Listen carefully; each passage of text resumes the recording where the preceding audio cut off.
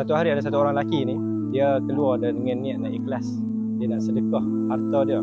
Dan dia pergi sedekah dekat satu tangan orang lelaki ni waktu malam. Siang hari heboh dekat pasar, heboh dekat orang-orang kampung lah. Percakapan orang kampung cakap apa?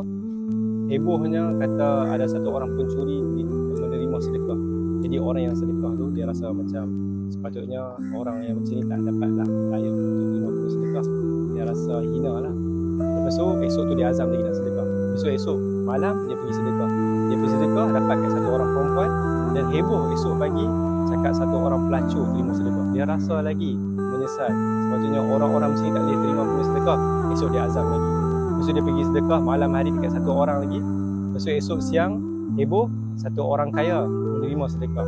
Hikmah dia apa?